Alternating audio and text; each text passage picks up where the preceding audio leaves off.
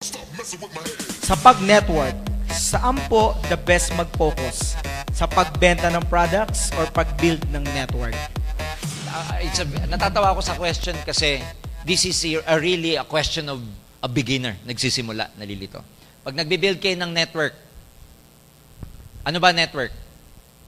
Business. Pag nagbi-build kayo ng business, nagbi-build kayo ng network, ang i-present nyo, pagbebenta ng business muna. Business concept. Business. If you're trying to build your network, sell the business. If you're trying to build your network, ang ibebenta nyo, yung marketing plan. Correct. Maliwanag. Mas madali na ang product movement pag may network na. Correct. Pero mas mahirap mag-product movement nang wala kayong network. If you concentrate on selling, it's okay. Ganda, no? Pero, hindi lalaki grupo nyo.